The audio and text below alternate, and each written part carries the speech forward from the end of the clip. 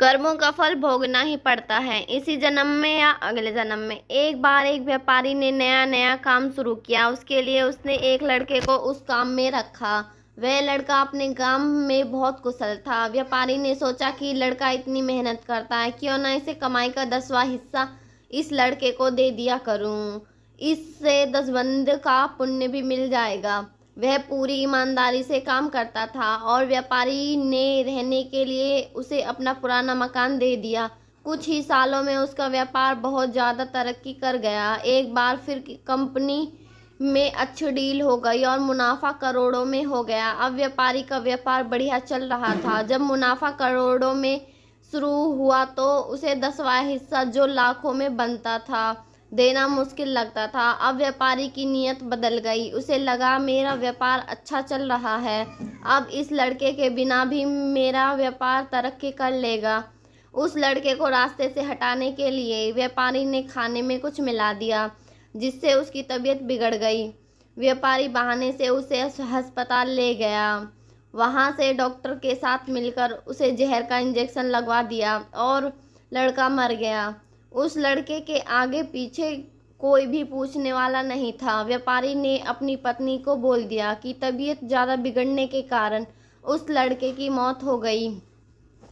लड़के की मौत के 1 साल बाद घर में बेटा पैदा हुआ। उसके घर में बहुत खुशी मनाई गई। धीरे धीरे लड़का बड़ा होने लगा। 21 साल का होते ही उसकी शादी कर दी। शादी के अगले दिन ही लड़का बीमार हो गया। उसे ऐसा ऐसा रोग लगा कि डॉक्टर को भी समझ नहीं आता था कि उसकी बीमारी क्या है। उसका सारा पैसा धीरे धीरे खत्म होने लगा। लड़के की पत्नी को दिन रात ताने सुनने पड़ते थे कि इसके आने से ही लड़का बीमार हुआ, इसकी अच्छी किस्मत नहीं है, यह मनुष्य है। अब व्यापारी की सारी जमा पूंजी जायदाद लड़के की बीमारी के कारण खत्म हो गई थी। अब उसी पुराने टूटे फूटे मकान में आ गया जो कभी उस लड़के को रहने के लिए दिया था।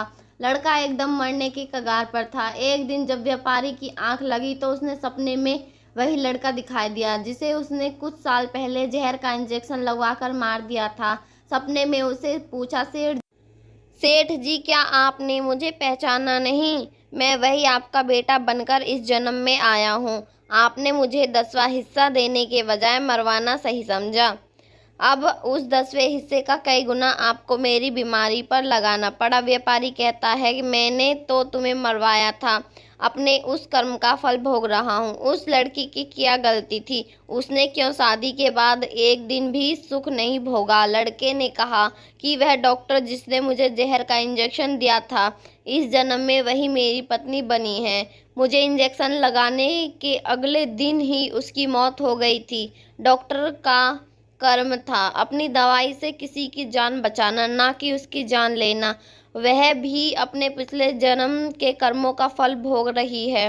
जब व्यापारी जानता था कि उस लड़के को इंजेक्शन लगाने के अगले दिन ही डॉक्टर एक दुर्घटना में मर गया था।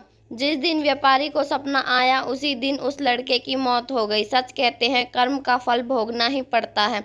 व्यापारी को उसी जन्म में भोगना पड़ा। उसका बेटा मर गया और उसकी जमीन जायदाद सब खत्म हो गई। डॉक्टर को अगले जन्म में उसकी पत्नी बनकर भोगना पड़ा। उम्मीद है आपको मेरी यह कहानी अच्छी लगी होगी। धन्यवाद। प्लीज़ मेरे चैनल को ज़्यादा से ज़्यादा सब्सक्राइब करें एंड वीडियो को लाइक करें, शेयर करें।